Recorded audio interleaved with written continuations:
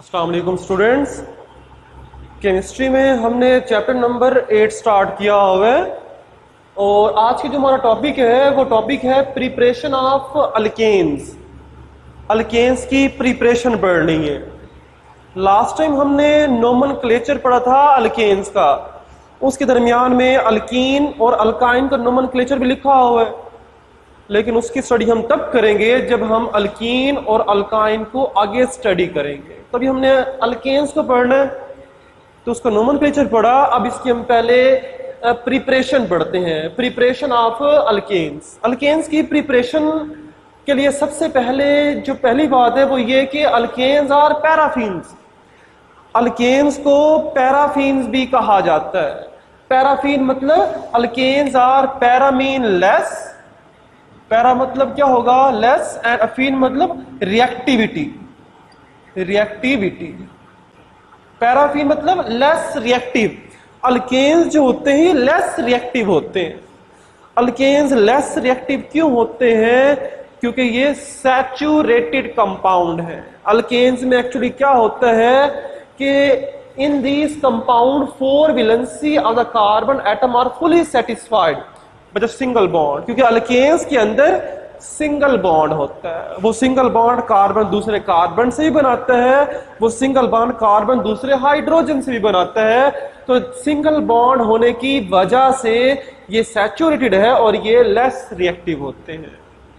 अब अगर हम इसकी प्रिपरेशन की बात करें, प्रिपरेशन के अंदर जो सबसे पहला मेथड है वो मेथड है हाइड्रोजिनेशन ऑफ अनसैचुरेटेड कंपाउंड।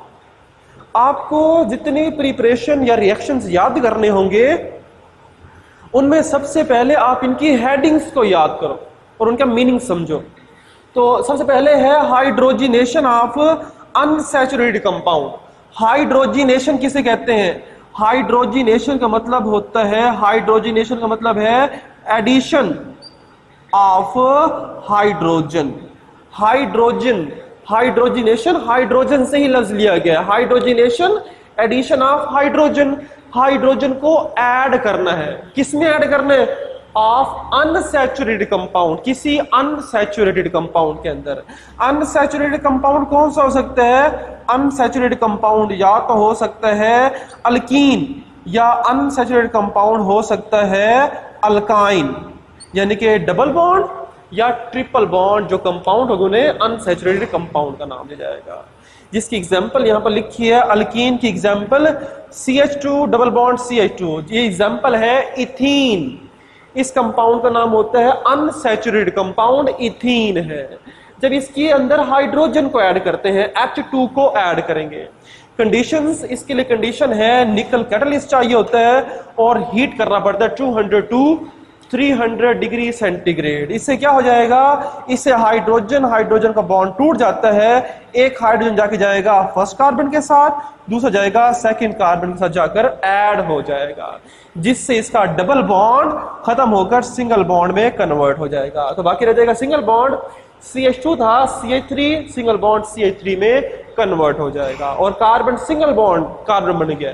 तो ये इथेन में कन्वर्ट हो गया। मतलब कि अल्केन्स की प्रिपरेशन ये हमारे पास क्या बन गया? ये प्रिपेयर हो गया अल्केन, जिसका नाम है इथेन।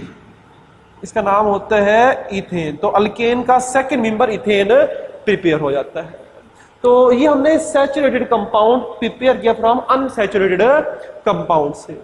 इसके अलावा हम निकल के अलावा यहां पर कैटलिस्ट चेंज भी कर सकते हैं।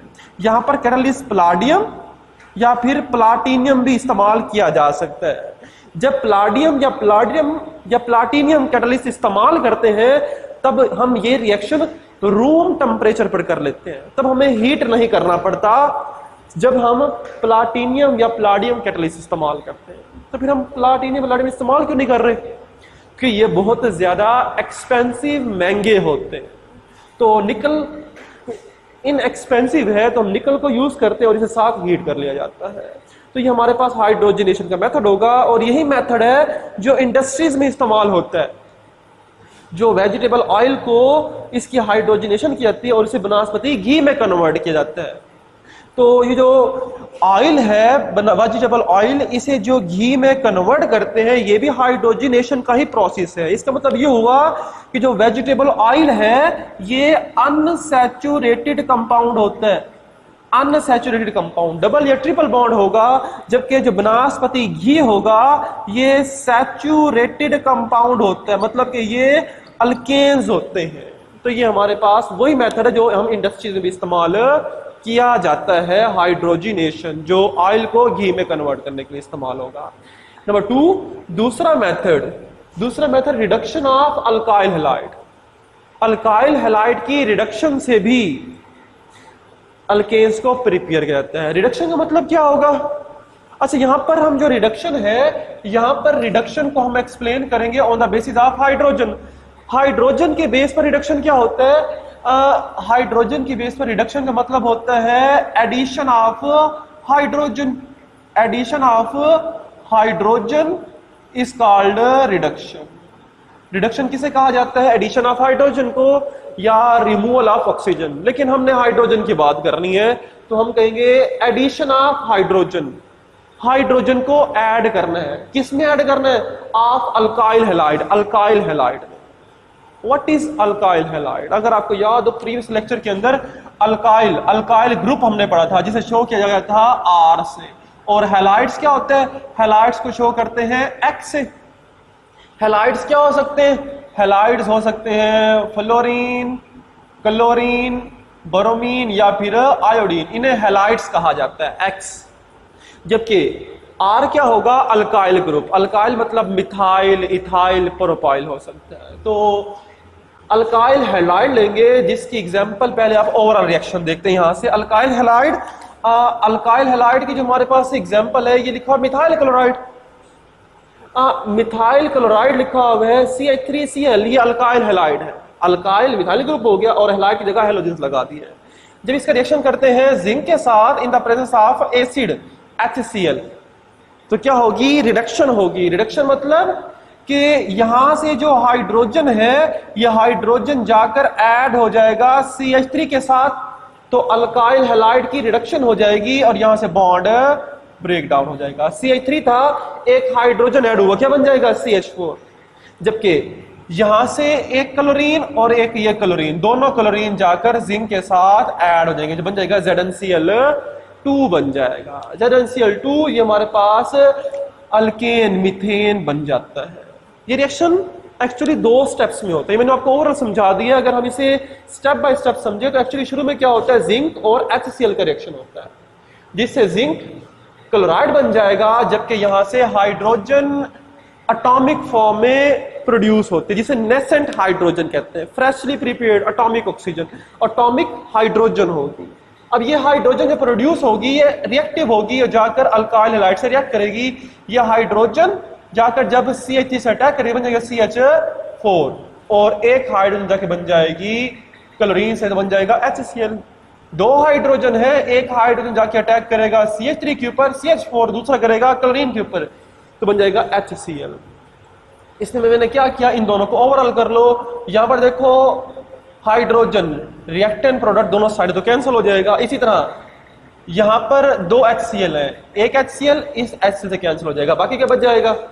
जिंक, HCl और CH3Cl बच जाएगा। प्रोडक्ट में क्या बचेगा? बाकी CH4, ZnCl2 बन जाएगा। तो मैंने ओवरऑल प्रोडक्ट आपको बता दिया। तो ये हमारे पास रिडक्शन होगी, एडिशन ऑफ हाइड्रोजन, किसमें? अल्काइल हैलाइड में। एक और एग्जांपल लेते हैं अल्काइल हैलाइड की। अल्काइल हैलाइड की कोई एग्जांपल आपके पास ये प्रोडक्ट बना होगा, इसका नाम क्या होगा? इसका नाम क्या बनेगा? अगर आपको नोमेनक्लेचर याद हो तो इसका नाम के लिए नंबरिंग देंगे, जहां से करीब पड़ेगा 1 2 3 4, तो क्या बन जाएगा? इसका नाम बनेगा 2 ब्रोमो और पेरेंट 4 पेरेंट जो चेन है वो 4 कार्बन है, तो 2 ब्रोमो ब्यूटेन बन जाएगा इसका नाम, 2 ब्रोमो ब्यूटेन। अब इसकी रिडक्शन करनी है in the presence of zinc और HBr। होगा क्या? यहां से ब्रोमीन रिमूव होगा और जहां पर जाकर हाइड्रोजन ऐड हो जाएगा, तो वही प्रोडक्ट रहेगा। यहां पर CH की जगह CH2 बन जाएगा, हाइड्रोजन जाकर ऐड हो जाएगा। जबकि यहां से ब्रोमीन रिमूव हुआ, और एक ब्रोमीन ये है, दोनों ब्रोमीन जो है जाकर मिल जाएंगे जिंक के साथ, बन जाएगा ZnBr2। तो सिर्फ यहां से ब्रोमीन रिमूव हुआ और जाकर हाइड्रोजन ऐड हो गया, तो एडिशन ऑफ हाइड्रोजन हो रही है, तो ये क्या हो जाएगा, रिडक्शन ऑफ अल्काइल हैलाइड होगा। इसके अलावा इसी रिडक्शन ऑफ अल्काइल हैलाइड के अंदर लास्ट पैराग्राफ के अंदर एक टॉपिक लिखा हुआ है हाइड्रोजिनोलाइसिस, लफ्ज लिखा हुआ है हाइड्रोजिनोलाइसिस लिखा हुआ है। अब हाइड्रोजिनोलाइसिस क्या होता है? हाइड्रोजिनोलाइसिस एक्चुअली दो वर्ड्स का कॉम्बिनेशन है। हाइड्रोजिनोलाइसिस के अंदर भी हम क्या करते हैं, अल्काइल हैलाइड लेते हैं और इसके अंदर हाइड्रोजन जो है वो मॉलिक्यूलर ऐड करते हैं। जब इसके अंदर अल्काइल हैलाइड लेंगे और मॉलिक्यूलर हाइड्रोजन ऐड करेंगे तो यहां से ये जो हाइड्रोजन है जाकर इस अल्काइल ग्रुप से बॉन्ड बना लेगी, यहां से बॉन्ड टूट जाएगा, तो क्या बन जाएगा, RH बन जाएगा। और RH क्या होगा, ये हमारे पास इस R की जगह आप मिथाइल लिख सकते थे, CH3, तो क्या बन जाएगा H, मतलब कि अल्केन बन जाएगा, जबकि दूसरा H जाकर मिल जाएगा हैलोजन के साथ, तो HX बन जाएगा। तो ये हमारे पास हाइड्रोजिनोलाइसिस है। हुआ क्या है यहाँ पर, ये शॉर्ट क्वेश्चन में आता है हाइड्रोजिनो, एक्चुअली ये वर्ड लिया गया है हाइड्रोजिनेशन से, हाइड्रोजिनेशन, ये दो वर्ड का कॉम्बिनेशन है, हाइड्रोजिनेशन और लाइसिस का मतलब है ब्रेक डाउन, दो वर्ड है इसके अंदर हाइड्रोजिनोलाइसिस में, कि एक तो होगी इसकी हाइड्रोजिनेशन, के जो अल्काइल हैलाइड है इसकी हाइड्रोजिनेशन हो जाएगी, एक तो इसकी हाइड्रोजिनेशन हो जाएगी मतलब इसके अंदर हाइड्रोजन ऐड हो गया, और दूसरा लाइसिस ब्रेकडाउन, इसका बॉन्ड भी टूटेगा। तो अगर आप RH अल्काइल हैलाइड पर फोकस करो तो इसमें दो कंडीशंस हो रही हैं, एक तो इसके अंदर हाइड्रोजन ऐड हो रहा है तो हाइड्रोजिनेशन हो रही है, दूसरा RH का बॉन्ड टूट रहा है तो ये लाइसिस ब्रेकडाउन भी हो रही है, तो इसका नाम होगा हाइड्रोजिनोलाइसिस कहा जाता है। ये अलग से शॉर्ट क्वेश्चन में आता है।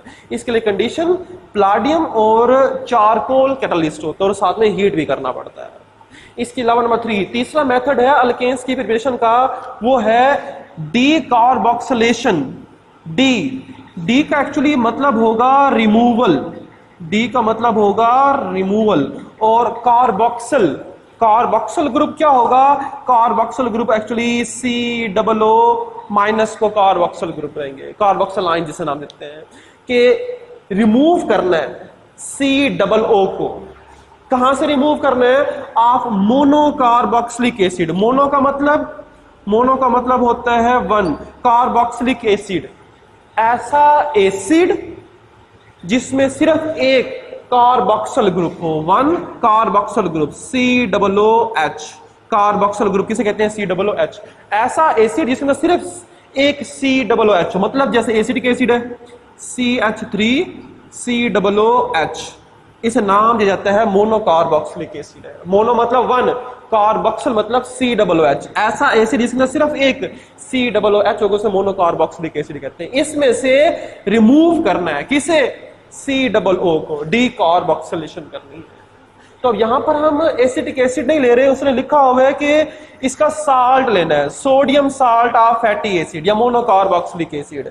तो यहां पर ये हमने कंपाउंड लिया है, ये एसिडिक एसिड, यहां पर उसने CH3 नहीं लिया हुआ, R लिख दिया है, जब मिथाइल, इथाइल, प्रोपाइल कुछ भी हो सकता है, तो R लिख दिया है, बाकी कंपाउंड COO और साथ में H, अगर हम यहां पर H लगाए तो हमारे पास एसिड बन जाएगा, लेकिन यहां पर उसने Na लगाया हुआ है, Na मतलब ये उसका साल्ट बन गया, सोडियम साल्ट ऑफ एसिड है।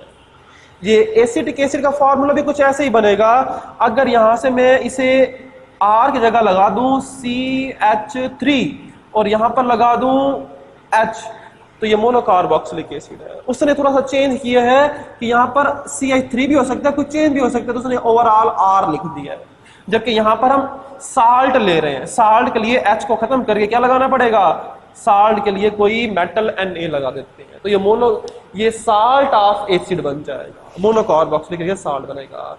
इन द प्रेजेंस ऑफ, इसका रिएक्शन करते हैं in the presence of soda lime, in the soda lime, soda lime की मौजूदगी में। सोडा लाइम क्या होता है? ये मिक्सचर होता है quick lime CaO plus caustic soda NaOH का। जब इसका रिएक्शन होगा तो इस रिएक्शन के अंदर सिंपली यहां से हाइड्रोजन जाकर अटैक कर जाएगा R के साथ। क्या बन जाएगा? R बॉन्ड H, और ये अल्केन बन जाएगा। जबकि जो बाकी बच जाता है COO बॉन्ड, COO और साथ में क्या बना हमारे पास Na, यहां से सारे का सारा और यहां से NaO, ये सारा आपस में कंबाइन कर जाएगा। क्या बन जाएगा? Na क्या बन जाएगा? Na2। बाकी COO और 3 O बन जाएगा, Na2CO3 बन जाता है। सिर्फ H जाकर R से मिलेगा, बाकी तमाम रिमेनिंग आपस में ही कंबाइन कर, जिसे नाम हैं डीकार्बोक्सिलेशन ऑफ मोनोकार्बोक्सिलिक एसिड का नाम दिया जाता है। जबकि इसका नंबर 4, नेक्स्ट हम इसका मेथड पढ़ते हैं फ्रॉम ग्रिग्नॉर रिएजेंट। दरमियान में 2 मेथड मैंने स्किप कर दिए हैं, वो हम नेक्स्ट लेक्चर में करेंगे। ये मेथड कर लेते हैं जो आपकी बुक के अकॉर्डिंग 6 मेथड है प्रिपरेशन का, फ्रॉम ग्रिग्नॉर रिएजेंट। ग्रिग्नॉर रिएजेंट क्या होते हैं? अल्काइल मैग्नीशियम हैलाइड्स को ग्रिग्नॉर रिएजेंट कहा जाता है। किसे कहा जाता है? Alkyl magnesium halides.